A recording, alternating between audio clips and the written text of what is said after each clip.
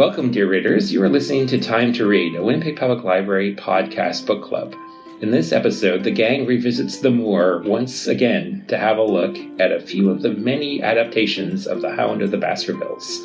Along the way, we will discuss our favorite movies based on books and include many of our listeners' comments. Although we are all safely physically distancing while we record, safe to say that we are all still on Treaty 1 territory and on land that is the traditional territory of the Anishinaabe, Cree, Oji-Cree, Dakota, and Dene peoples, and the homeland of the Métis Nation.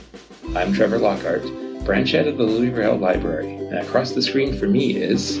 Hi, I'm Erica, branch head at Fort Garry Library, and across the screen from me is...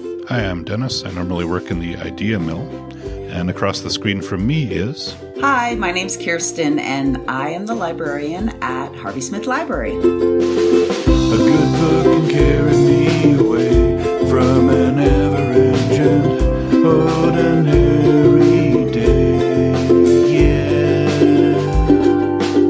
So keep it down, leave me alone, close the doors and turn off the phone, 'cause all I ever really need is a little more time to read.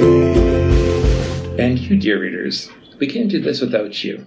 It's your questions and comments that form the heart of our discussions. Email us at wpl-podcast@winnipeg.ca or find our friendly Facebook group, Time to Read. Find out if your comments made it on air by subscribing to Time to Read on iTunes, Google Play, YouTube, and other fine podcasting services, or visit our website at wpl-podcast.winnipeg.ca. Don't forget to stick around to the end for our special segment, Nerd Words for Word Nerds. All right, well, it seems like one episode wasn't enough to hold everything we need to say about Sherlock Holmes. No. Well, wasn't enough for some of us, anyway. No, and one of the things we discovered... one of the things we discovered when we were discussing The Hound of the Baskervilles on our last episode was that there were many, many, many different versions of it out there in the world, including I found a version that was done in India. The very, very first version on film was a silent film from 1914. And I thought of you, Kristen, because it was a German film. And it was Der Hund von Baskerville. Oh. And but we're not going to talk about that one because, first of all, it was silent. And apparently it's lost to the mists of time. But we were able to find 4 versions that we all agreed on that we could at least watch a bit of to discuss. So I thought maybe we would go through in chronological order in the year that they were released. So starting us off will be Dennis, who will be telling us about a version of Hound of the Baskervilles that he watched that starred Basil Rathbone as Sherlock Holmes. Yeah, so I watched The Hound of the Baskervilles, which was released in 1939 by 20th Century Fox. Basil Rathbone played Sherlock Holmes, Nigel Bruce as Watson, and Richard Green as Sir Henry Baskerville. Fox was apparently unsure whether a Sherlock Holmes movie would do well, so Richard Green, the actor playing Sir Henry Baskerville, got top billing instead of Rathbone. This film was the first in a series of 14 starring Rathbone and Bruce. It was the first known Sherlock Holmes film to be set in the Victorian period. Apparently most others had been updated to be contemporary. And later films in this series would update the setting so that Sherlock Holmes was fighting the Nazis in World War II and things like that. Fun fact, Lionel Atwill, who was the actor who played Dr. Mortimer, later returned to play Moriarty in Sherlock Holmes and the Secret Weapon in 1942. This film is pretty close to the original story, but with some notable changes. It starts off with Sir Charles running across the moor to his estate with howling in the background before collapsing on the ground.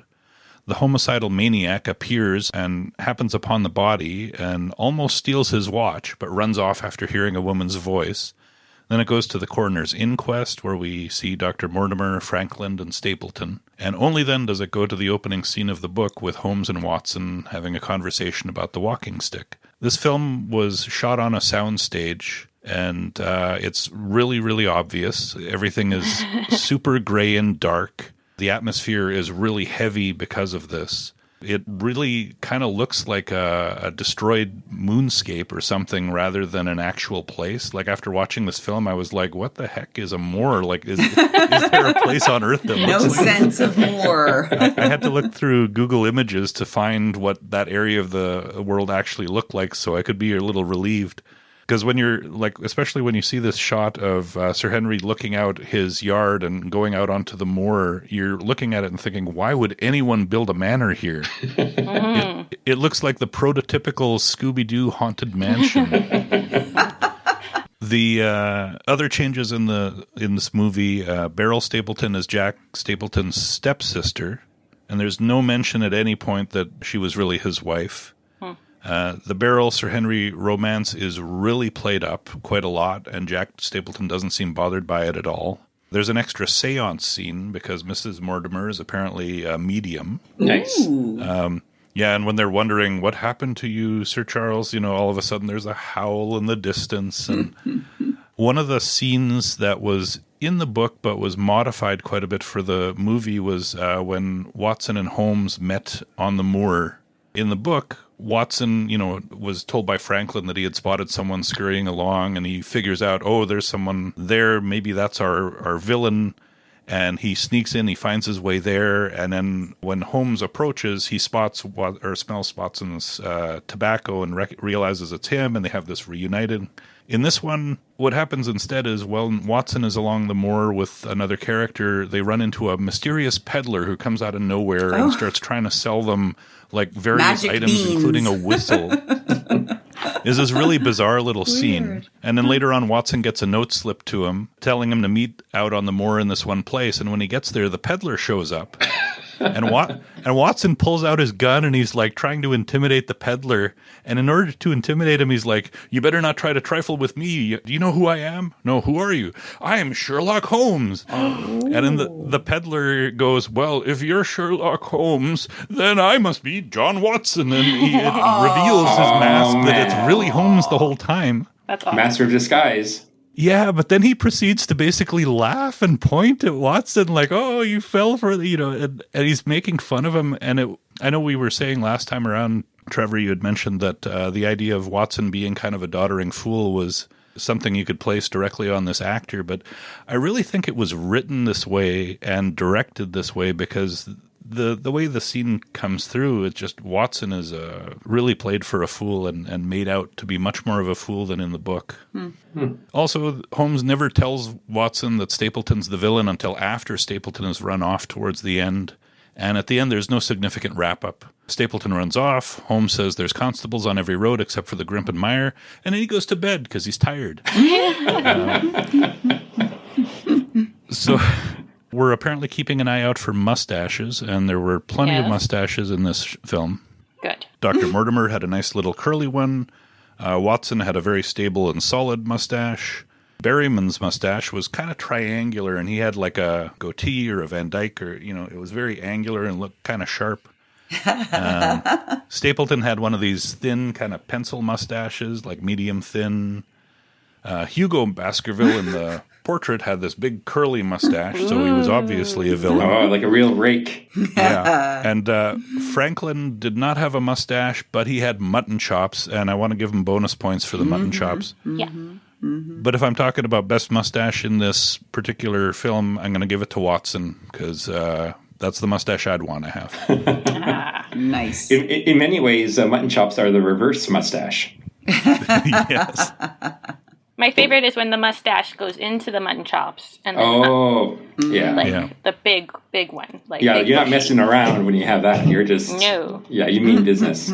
It's funny that you said, Dennis, how the movie just seemed to wrap up so quickly. I find with those older movies, too, like it seems like the climax happens like 2 minutes before the end of the movie, and then, boom, the end. No end credits, because usually the credits are at the beginning. And then you're just left watching, like, what the heck? Like, that's it? Like, it just ended? So They run out of money or something. Like, exactly.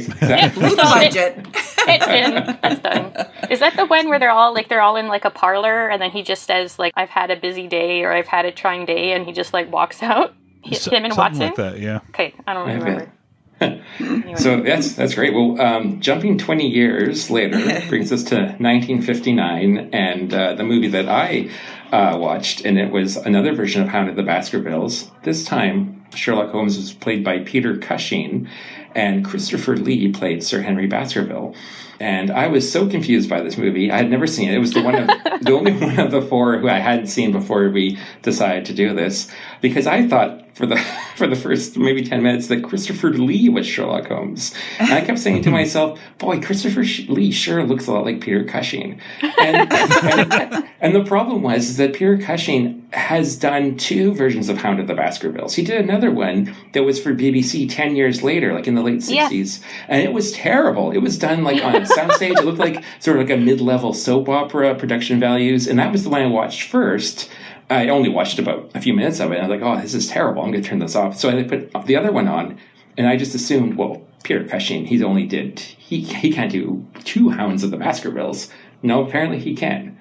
And he did. And then as soon as Christopher Lee came on the screen as Sir Henry Baskerville, I was like, oh my God, yeah, that's obviously Christopher Lee. That's Lord Summerisle from The Wicker Man, and Count Dooku from Attack of the Clones. And so anyway, man, this version was campy, lurid, melodramatic. The very opening scene is the flashback to Sir Hugo Baskerville in the beginning of the legend, and the camera slowly creeps up on Baskerville Manor to a stained glass window, and then all of a sudden someone is thrown right through the window, smashes it right and lands in looks like a moat or something, and it's horrible. Like it's ridiculous. And then it jumps forward, and there's a scene in London where Sir Henry is almost killed by a tarantula. Just for the fun of it, I guess. And then when they get to Dartmoor, there's another little change with the Stapletons. They're still the villains, but instead of brother sister, they're a father-daughter situation, which was really creepy until I realized that no, in fact, they actually were father-daughter. It wasn't a husband and wife masquerading as father and daughter. It was just father-daughter. They just left it at that. And I was like, oh, this is getting beyond what I can handle. And they really, just like in Basil Rathbone's version, they really played up the love story between Sir Henry and Miss Stapleton, although they made her a hot-blooded Spaniard, a lady that came across from Spain instead of from Costa Rica, and she was, of course, had lots of fire, fire and sex appeal, and yes. she was a very a lot of magnetism on the screen. It was she was something to watch. But I should also mention that this version was one of the movies made by the Hammer Horror Film Company, and they were known for all those ridiculous horror movies in the 60s and 70s, like Dracula's Curse, and apparently Peter Cushing, who plays Sherlock Holmes in this one, played Dr. Frankenstein about 7 or 8 times for the Hammer Company, and Christopher Lee played Dracula a million times for the Hammer Company, but this was their first kind of pairing, and it was kind of a semi-respectable movie. But then it just takes a left turn partway through. There's like a whole ritual sacrifice thing that goes on, and there's like witchcraft, and they're just like, what? It's there's a mine shaft, whole set piece where Sherlock goes into a mine, and then the mine collapses on him, and it was written much more like a whodunit, in that it wasn't sort of like just following the story. It was like, oh, could it have been Dr. Mortimer? No, well, this and that and the other thing. And so it was a real hot mess. But I'm glad I saw it. And I wasn't quite as detailed as Dennis on the mustache front, but I would like to note that my favorite facial hair in this movie was by Dr. Mortimer. He was kind of a heavy-set man. He kind of had a bit of an Alfred Molina vibe to him, but a lovely, thick, luxurious beard that wasn't too bushy. It was trimmed. You could tell he took care of it. But I was looking at that beard. It's like, yeah, that's a nice beard. I went on and watched the trailer for that, for the Peter Cushing version, and because you can watch the trailer, and I would encourage people to just watch the trailer, because I watched it going, what? Is this the book that we read? Like, what? Because, at one point, the Spanish woman, she falls into the the mire. Moor and dies and like the ritual. Like I was like, I don't understand this, but like it's so melodramatic. I had to call Isaac over. Come and look at this. This is just wild. Yeah. And you know how in the novel they make the Hound look scary because they use phosphorus paint or whatever, but in this movie they make the Hound look scary because they just put a scary hound dog mask on the dog. Oh yeah, I saw that. So when they shoot the dog at the end, they're like, "Look, he was wearing a mask." That's awesome. Yeah. Oh, did you say that was the 59? That was the 1959 version. Yeah. Okay. So if we jump from... Oh, no, go ahead, Erica. I was just like, did anybody... So that was the first one that Peter Cushing's did. Yes. Right? So he did another one in 68? He did. Okay, so I just watched like bits of the one from 68. And okay, yes. I marked that one as being the best mustache. I guess Nigel Stock plays Watson in that one. And yes. So that was my favorite, especially Watson mustache. So that's why I'm going to put a note to that one. And I think that one was in two parts. Yes, because it was a BBC television show, so they split it over 2 weeks. Okay. And an interesting little Sherlock fun fact about Nigel Stock is that he also appeared in another Sherlock Holmes movie. Remember last week I was talking about young Sherlock Holmes. Well, he played Sherlock Holmes' mentor in that movie, Professor, I think his name was Waxflatter. And it was from him that Sherlock supposedly gets the deerstalker hat. Because, because young Sherlock Holmes is like an origin story, so they try to pack in as many, like, where does he get the pipe from? Where does he get the hat? Right. Where does he get the phrase, elementary, my dear Watson? Even though he never says elementary, my dear Watson, pet peeve. But so it's kind of a neat throwback that Nigel Stock, that Watson, then is also then called back later on as a much older man in young Sherlock Holmes. And then, so if we jump, though, from 1968, let's jump another 20 years to 1988. To the version that Kirsten watched, which was Jeremy Brett's take on the characters. So tell us all about Jeremy Brett. Tell us all about that version of the Hound of the Baskervilles, which I'm assuming you watched, Kirsten, although knowing you may have not watched it. I did. No, I watched it. I watched the whole thing as I sanitized my house. And I was just very impressed by how true to the book it was. I mean, it seemed like it was exactly the book. And so that's why when I saw the trailer for the Peter Cushing, I was like, what? I mean, of course, movies are, you're able to sort of put in a lot more foreshadowing, right? So that's what I noticed with this movie is that in the book, I didn't realize that Holmes was actually there in the cave the whole time, that he was following along. But in the movie, there are all these little sort of sneaky little hands on a rock. That's obviously Holmes watching over Watson, or in the post office. So all these little clues that Holmes is there. And so you get that foreshadowing right from the very, very beginning. It still felt quite sort of melodramatic as well. You definitely did see images of the moor because it was 1988. So I think sort of the filming was a little bit better with a bigger budget. Although I'll talk more about that. Something I noticed too, something annoying. I mean, I felt like the women were actually almost more weakly presented in the movie than even in the book, because they were just like sort of pathetic characters, like LL. What was her name again? Anyway, she was just so weak and fragile, and Holmes had to sort of carry her away, or whoever it was. But also what I noticed too, at the end of the book, at the end of the movie, Holmes was like hugging people. He was like hugging people in comfort. I was like, what? This does not seem like him. Like he hugged Sir Henry after the attack. He hugged him, didn't he? Yeah. And then there's hugging of Miss Stapleton. And so that was all quite interesting.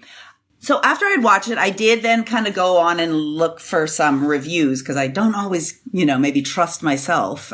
And a New York Times review actually really gave a positive review about this rendition and said that Brett's performance brings a calculated touch of 19th century melodrama to the role.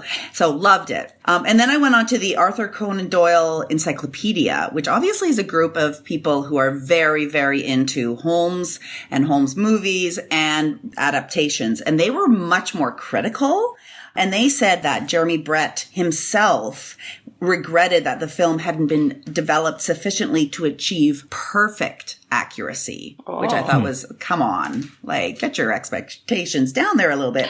Also, too, they said that the producers had used up most of the series budget in earlier films, and so actually some of the critical scenes had to be filmed in the studio. So I didn't notice that. The Hound did look a bit weird. Like, it didn't really look like there's a lot of money spent. Considering it's in 1988, I thought it would have looked a little bit more realistic. Also, too, their critiques were that there was a lot of mumbling in the film, as if the two actors weren't confident in what they were saying. So a highly critical review of this movie. I probably am, would say more like the New York Times review. It was good, very faithful. Jeremy Brett was good.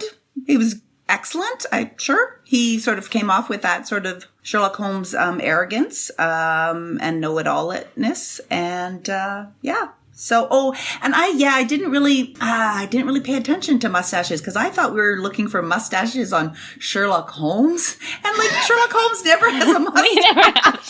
So I was so confused. I was like, why did we? But so then I had been watching some clips of actually Sir Arthur Conan Doyle talking about, who his inspiration had been for Sherlock Holmes, and now Sir Arthur Conan Doyle had one excellent mustache.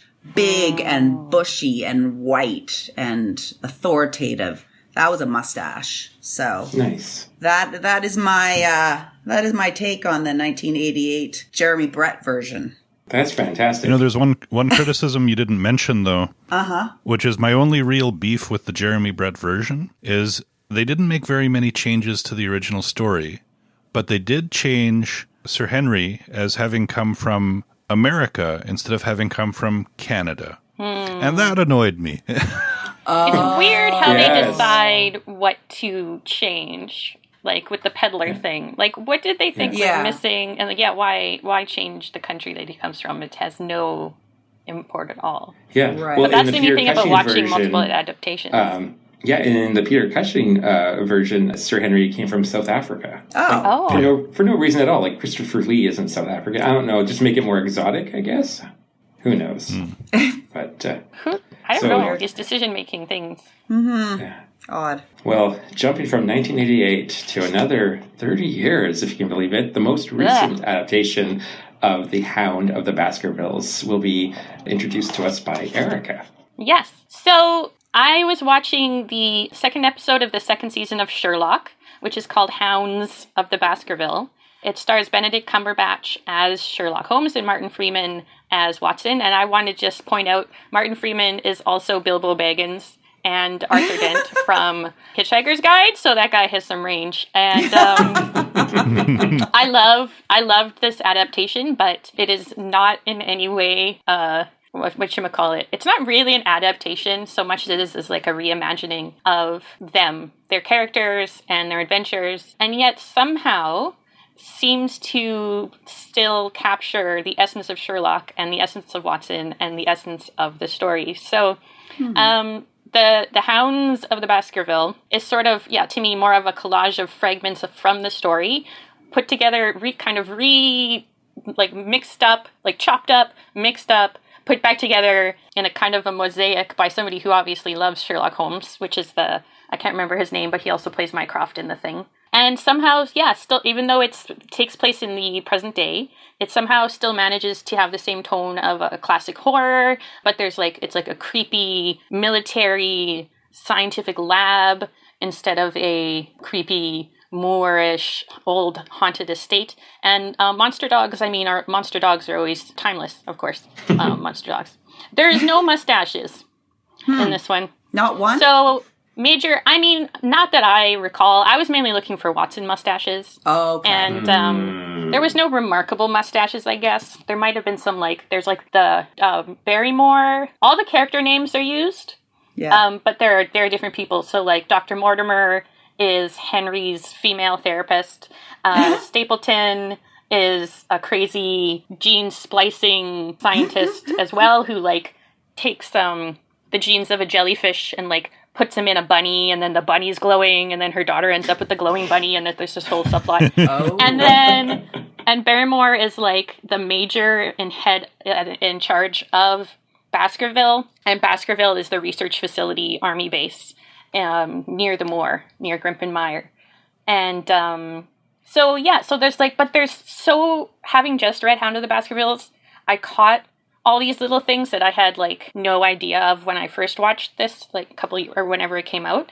So even little things like that, there's a minefield surrounding the facility, and that's where the killer ends up dying, because it's like, instead of in the book, the killer runs away and gets sucked into the sinkholes, I think. In this one, he runs away into this minefield, and that's what does him in. So it's like little things like that are redone in a different way. So anyway, other than like these little bits, and then these wonderful lines like "the prince of a hound of a gigantic size," and "stay away from the moor at night if you value your lives," and like everything else is just, it's kind of like a brand new story with like associative bits thrown in. Hound ends up being, the word hounds ends up being a clue as to the true murderer. The ever-pervasive fog, that's such a big part of Conan Doyle's story, is actually the murder weapon. And then there's a lot of still that idea of you see what you expect to see, and what's it called? The self-fulfilling prophecy and stuff like that. And Miss Stapleton is kind of a love interest. Watson chats her up at the pub before she realizes who he is. So he's trying to get information from her, and then she calls him when she's in dire peril later. So it's more of a Watson semi-love interest than anything else. So I have lots of just sort of disjointed notes of like things that were the same or things that reminded me of things. But I mean, overall, if you love the story, you will probably thoroughly enjoy this remixing of the stuff from the story, as well as like, I think it's just like a great movie on its own. Yeah. And it's part of it's hilarious because in the overall plot of the series, it starts off when Sherlock is trying to quit smoking, and he's not doing very well with the quitting of the smoking. So when what's his name? It's actually Henry who comes to get them to help in this one. He says, go ahead and smoke. And then he's like trying to breathe in Henry's cigarette smoke because he hasn't had it. So it's campy. It's like the Sherlock character supercharged. And then I guess the other major difference is that in this, Watson is tough and clever and just very, very strong for putting up with Sherlock and being his friend, because Sherlock is not very nice to him most of the time, which I think is also just a supercharged version of what's the dynamic is in the book. That relationship, yeah. So, and then, sorry, I was just going to finish off by saying the portrayal of women is much better in these versions. Yeah. Miss Hudson has a rounded out character. She has like things, and she's kind of a badass sometimes. Not in this episode, but in other episodes. A bunch of the characters are converted to being women, the doctor and the scientist and all this stuff. And they're not just sort of like dragged around by men and mistreated and stuff like that. So I would really recommend this non-adaptation as thoroughly good time. Excellent. Yes. I rewatched the Hounds of Baskerville just a couple days ago, and I hadn't seen it since it had come out 3 or 4 years ago, and I absolutely loved it. Yeah. Especially after having read the original novel again, that was fresh in my mind, and then just to see, like you said, Eric, I think you nailed it when you said it was just it's like a remix of the story. It takes all the great moments, little lines, and kind of twists them just a little bit so that, and the storyline is different enough that it's still very compelling. It's very watchable. You're not, even though you know how the Hound of the Baskervilles ends, you don't really know at all what's going on and how it's going to end. And there's so many excellent little nods to the series. Like one of the ones that made me laugh out loud was at one point Inspector Lestrade shows up in Grimpen to help out, and and Holmes is like, "What are you doing here?" And he's, "Oh, I'm on holiday." He's like, "You're obviously not on holiday. You're all tanned. You just got back from holiday. You're not going on a second holiday." And then he said, and then Watson says, "Oh, hey, Greg, good to see you." And he says, "Well, you're obviously undercover. Why are you calling yourself Greg?" And then Watson says, well, that's his name. He goes, it is? And one of the funny things is, like, in the original novels, I don't think Inspector Lestrade is ever given a first name. And so this is sort of like the creator's nod to that. And also it kind of reminded me of what Dennis said in the last episode, how Sherlock Holmes didn't really know that the Earth went around the sun because it wasn't something that it wasn't useful information that he could use. And so the fact that, Inspector Lestrade's first name was not useful information for him, he just never bothered to learn it. So all those little things, were just, it was so much fun to watch. And and then I'm just gonna, like, a couple more things that I love is that, like, little homages to the character. There's a recurring photo of Sherlock in a deerstalker hat, but it was taken kind of by surprise. He was just trying the hat on. Like, it's not even his hat, but it's what keeps appearing in the newspaper. And so they tease him about that. He keeps turning up the collar of his coat, and Watson keeps, like, calling him on it, like, because he's trying to look cool and, like, because he's on the case or whatever. And he's like, no, I'm cold. And and then them being mistaken for a couple at the pub in Grimpenmire. They're constantly, there's a pub owner there who's, like, convinced that they're a couple. Yeah, so just all these, like, all these in-jokes for people who... Anyway. Yeah. If you're looking for a Watson mustache in that series, in the first episode of season 3, Watson does grow a mustache for a little while, but eventually shaves it because nobody likes it. I don't remember that. I'll have to look it up.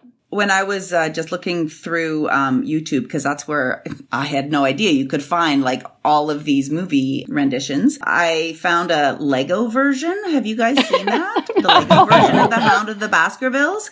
And it's made up of 35,737 frames. And it's the complete story of The Hound of the Baskervilles, but it's all in Lego. I did not watch the whole thing, but I just was like, that's incredible. So I'll put a little link to that in the show notes, because that was just, like, wild. Yeah. Holy. Before we turn away from Sherlock Holmes altogether, I know we've all watched a few different versions, and one of the things that we were thinking about was, did we all have a favorite Sherlock Holmes actor? And this is also a question we put out on our social media, and we had, at least on the Facebook page, someone gave their opinion. I'd like to just read out Eileen Gilbert's response. She says, for sure, Benedict Cumberbatch, although she says, I do like Ian McKellen as well. And it's interesting that she should pick Ian McKellen, because as far as I know, the only version of Sherlock Holmes that I've seen that Ian McKellen is in is this version that came out maybe 3 or 4 years ago. It's just called Mr. Holmes. And the whole idea is that, like, and this is part of the Sherlock Holmes canon, is that when Sherlock Holmes retires from being a detective, he moves to Sussex and becomes a beekeeper. And then that's how he kind of goes off.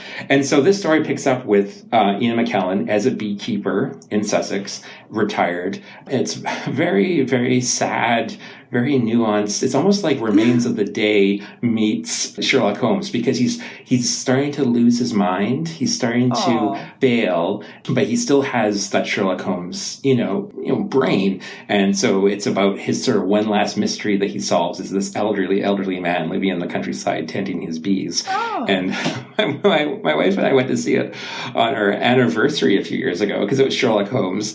And I was, like, so depressed by the end of it. I was just like, oh man, like, this was not the movie to go see when we were supposed to have, like, a date night, but anyway, great performance. Absolutely. It's Sir Ian McKellen, for heaven's sakes. Really. So anyway, that's another version people may want to check out. I think it's called Mr. Holmes. Interesting. Well, she might have also been switching in her brain with Christopher Lee, because Ian McKellen and Christopher Lee were both in the Lord of the Rings. And so a lot of people equate, switch the characers. Yes. So it's because they, anyway. That's that true. Could also they both be, play because we didn't mention wizards. Christopher Lee. Yeah, they both play. One is an evil wizard and one is a wonderful wizard. But that's just an idea, because I do that kind of thing all the time, right? Like, you picture one, and then you, like, even if they're not really that similar at all, there's 2 people that I always, like Dylan McDermott and Dermot Mulroney. I just call them both Dylan McDillon because I can't remember who's been in what movie. Anyway. Well, and I'd be surprised, though, if she was thinking of Christopher Lee, because I've only seen a few minutes of Christopher Lee as Sherlock Holmes. And if you can imagine Count Dracula with a pipe, that pretty much is Christopher Lee's take on Sherlock Holmes. It's but it's intimidating. People like what they like, and I love Christopher Lee. Yeah, but I haven't seen that version, so I don't know. On Instagram, too, we had a few people respond, and definitely there were some fans of Benedict Cumberbatch, Robin Berenger, and Dorbiana_Leachy, both like Benedict Cumberbatch, although Dorbiana_Leachy also agreed with Roadside Attraction Addict that Jeremy Brett is quintessential Holmes, and said that Jeremy Brett's Holmes has the intensity and passion needed. So I think last podcast, both Dennis and Trevor agreed that Brett was their favorite Holmes, I think, right? So you would agree with them. And after seeing the Peter Cushing one, my opinion is the same. Okay.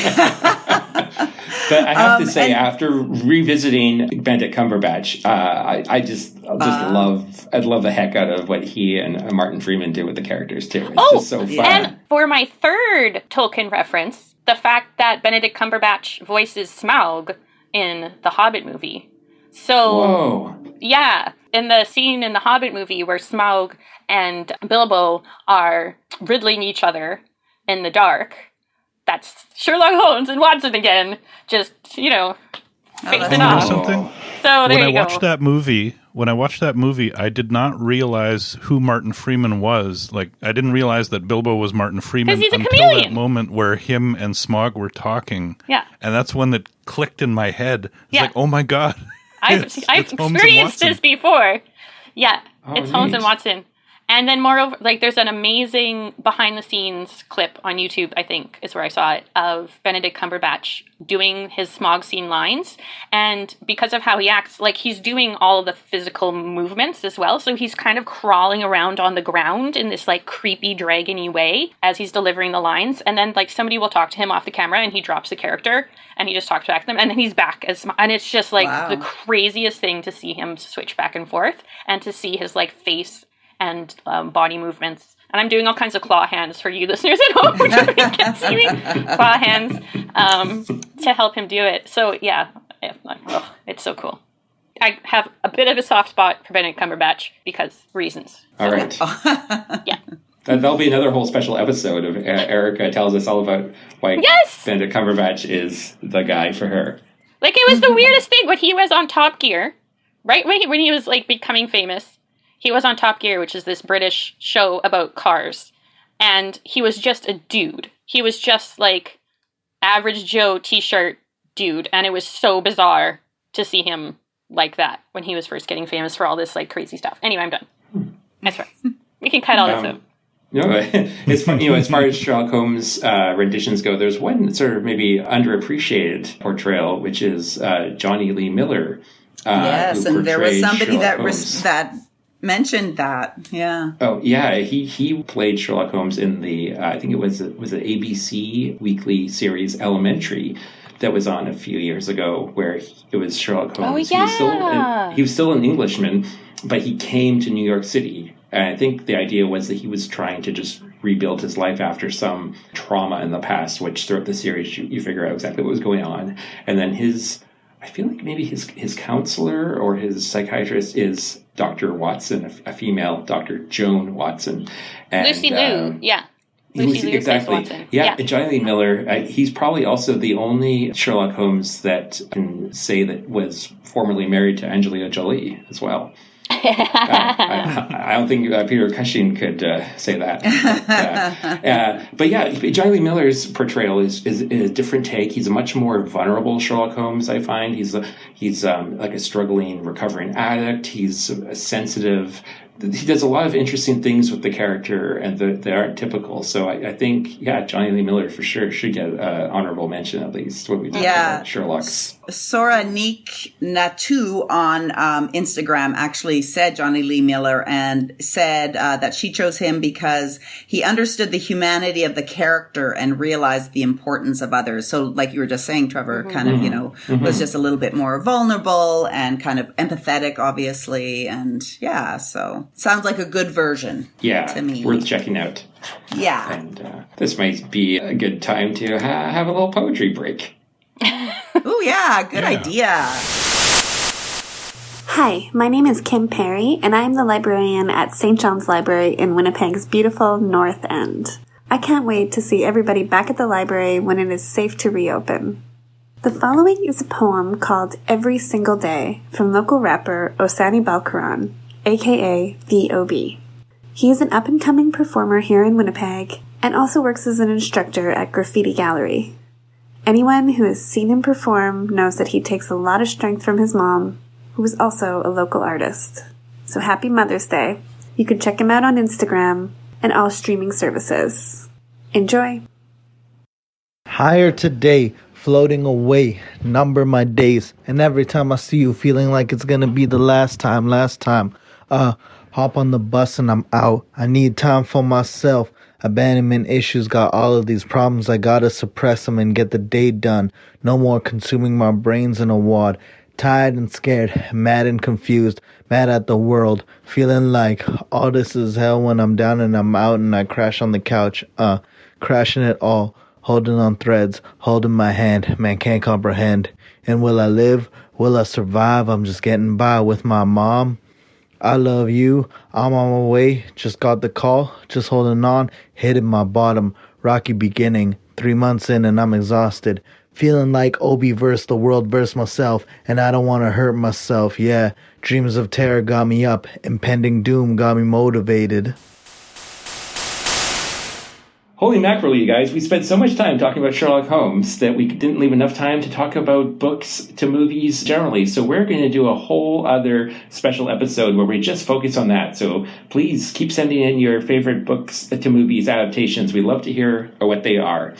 So now it's time for everyone's favorite segment, Nerd Words for Word Nerds, the part of each show where our hosts boil down their most prevalent thoughts of the past month into one word. Who wants to go first? I'll go first, as a shocker. My nerd word is a shameless ruse, because I have just read a book that I wanted to talk about, and we weren't going to talk about books, so this is my way of talking about a book, even though we weren't supposed to talk about a book. So my word is tramp. Tramp is a word for a long-term homeless person who travels from place to place, traditionally walking all year round. It comes from a Middle English verb meaning to walk with heavy footsteps, so much like trample.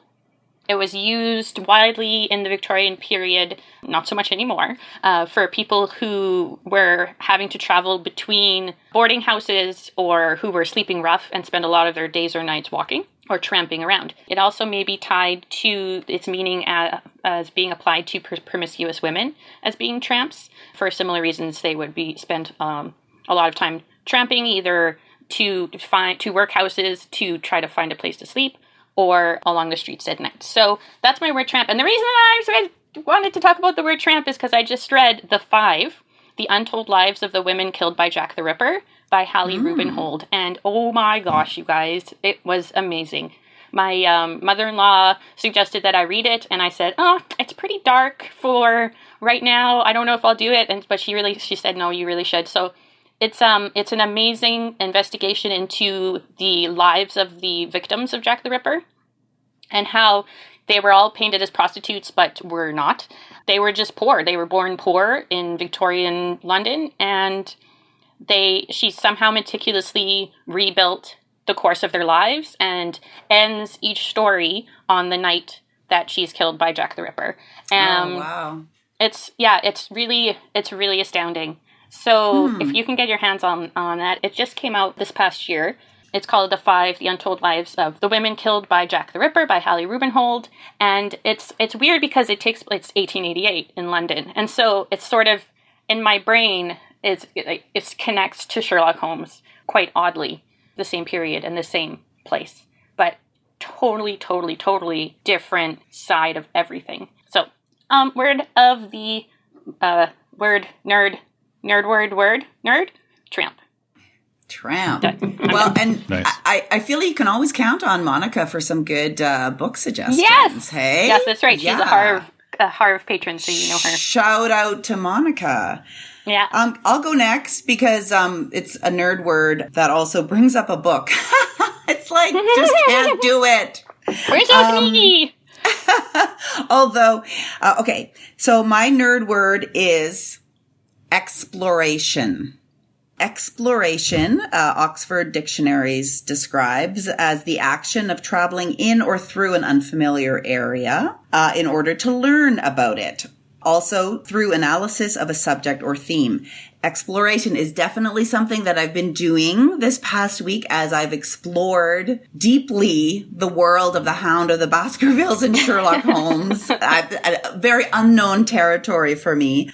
But why I also really chose it was I've been helping my son Isaac with a podcast of his, which is called the Pasadena Project, where he's exploring sort of the history of this beautiful apartment building that he used to live in the Conan area.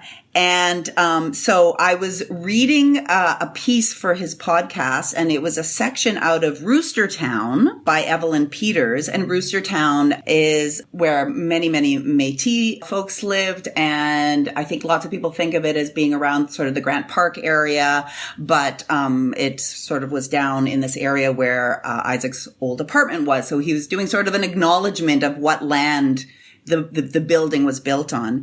Anyway, so I thought, sure, I can read some of these bits of Roostertown out loud. I do podcasts all the time. I do read alouds all the time. So as I sat there in Isaac's closet, because I feel like the best podcasts are recorded in a closet, and I was reading out loud, and I just kept stumbling over the word exploration, and I could not get it right. I can say the word exploration. I can say it when it's on its own, but whenever I had to say it in a sentence, it sounded like I was drunk or exploration. Like I just couldn't do it. I had to do take after take after take. It was so embarrassing because, I like to, see myself as a bit of a podcast pro, but no, I was not at all. So, exploration was my stumbling block, but it also was a word that really sort of personifies this last week for me with, doing all this, deep dive with you guys.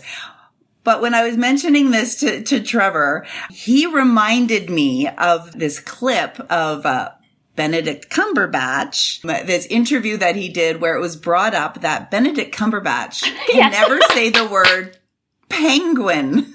I guess he did this whole documentary about it wasn't even about penguins, but it was about nature or whatever. And then whenever he had to say the word penguin, he was like, penguin. They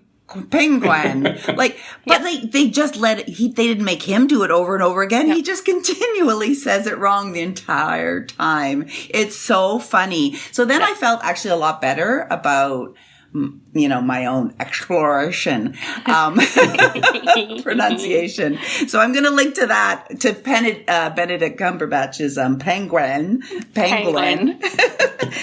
in the show notes. But that's my very long, nerd word chat about exploration. You pronounced it perfectly every single time. Thank you. I guess I'll go next. So recently, WPL has started posting a word of the day on our various social media platforms, and one of them brought back some memories for me, and that word was Talisman. So when I was a youngster, I had a Talisman brand BMX with gigantic tires, and being the type of nerdy kid I was, of course, I had to look up the word talisman in the dictionary. Mm-hmm. I like the way the Wikipedia article describes it. A talisman is an object that someone believes holds magical properties that provide particular power, energy, and specific benefits to the possessor. It comes from the Greek talisma, meaning completion, religious rite, or payment, ultimately from the verb teleo, I complete or perform a rite.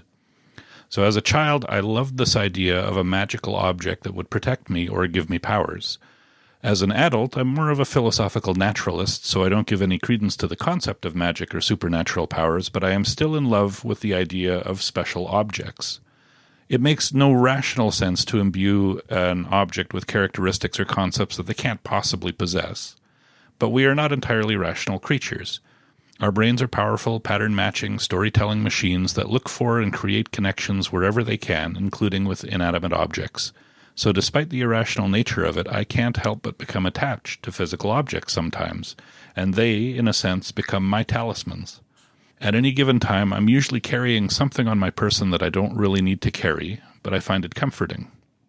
It's not a compulsion. There are many times when I don't have a talisman with me and it doesn't bother me, but often I'll carry something just because I like it and because it makes me feel good to have it with me. Sometimes the object is useful, like a favorite pen. Sometimes it's purely ornamental, like a smooth stone or a 3D printed figure. When fidget spinners became popular, I had one of those with me a lot. It can be almost anything, but the thing separating it from whatever else I'm carrying is that I carry that particular object because of how it makes me feel rather than because it's something I need. So somehow this makes me just a little happier knowing that I have a talisman in my pocket going with me as I go through the day. Talisman. Oh, I love it. That's lovely. That's great. Yeah. And I also, like, it was interesting. A couple of weeks ago, I was reading a thing about anxiety, and the expert who wrote it suggested carrying a talisman, and that's the word he used. And it's just because it can become a focus for calming thoughts, or for mindfulness, or for positive association. So, I mean, I guess it depends what you mean by rational, but those are all those are all kind of powerful impacts that a physical object can have. Yeah. So that's really cool. Yeah, I love that word. Yeah. Well, as I was listening to Dennis, I was just sort of absentmindedly just holding my wristwatch in my hand. I had taken it off my wrist and just held it in my hand. And the last couple of years, listeners may or may not know that I've really gotten into wristwatches in a big way. And I'm starting to think now, well, maybe these wristwatches, they're like talismans. They make me happy. I have one with me almost all the time, and they're some interesting. They're comfort in a way. So, and then once again, I haven't learned the lesson that I should never follow Dennis when it comes to nerd words, because. But be that as it may, we must carry on, and I will finish off our nerd word segment with something called Schlager music. If you, yes. Kirsten, I was hoping that There's perhaps... no segue. There's no segue between I was hoping talisman perhaps and you would Schlager recognize music. this word, Schlager music. Perhaps Kirsten could explain better than me, but it's a type of Euro pop. It's sweet, sentimental ballads with a simple, catchy melody. Many examples of this type of music you can find at the Eurovision Song Contest every year that began in 1956. It's kind of Germany's equivalent to America's country music. There are Schlager parades through German towns where people dress up in 70s clothes and kind of, have throwbacks to that time. The reason I mentioned Schlager music is one of Germany's, I guess, most popular Schlager music duos were called Cindy and Bert. And one of their hits, which is considered a rarity among the fans, is a cover tune of Black Sabbath's Paranoid, but they've changed the title to Der Hund von Baskerville. and the words are all changed. I think I've got a translation from the German. I'm not going to read all the lyrics, but I'm going to read the first stanza just to give you a sense of what Der Hund von Baskerville sounds like. So these are the English words. Fog drifts in thick swaths across the moor from Forest Hill. Green and ghostly, a wisp grins. It is night in Baskerville. Who spreads fear and terror? Who destroys what he wants? Everyone is trying to hide in front of the Baskerville dog. Who is he? That Baskerville dog? Oh, yeah. So is he that Baskerville dog? Oh yeah, my so gosh. I mean, if you just YouTube, I wish I had the German in front Cindy of me. and Bert, it's really a fantastic song. Oh my gosh, I think you'll enjoy it. It kind of wraps up our deep dive into the Hound of the Baskervilles. Yeah. And so, with that, unfortunately, that's all the time we have this time. Thank you so much, dear readers, for tuning in. Get in on the conversation by finding us on Facebook or emailing us at wpl-podcast@winnipeg.ca. Is there a topic you'd like to hear us discuss on a future special episode? Let us know. We'd love it if you hit subscribe in iTunes or your favorite podcast service, and we'd love it even more if you were to give us a rate and a review. And until next time, make sure you find time to read.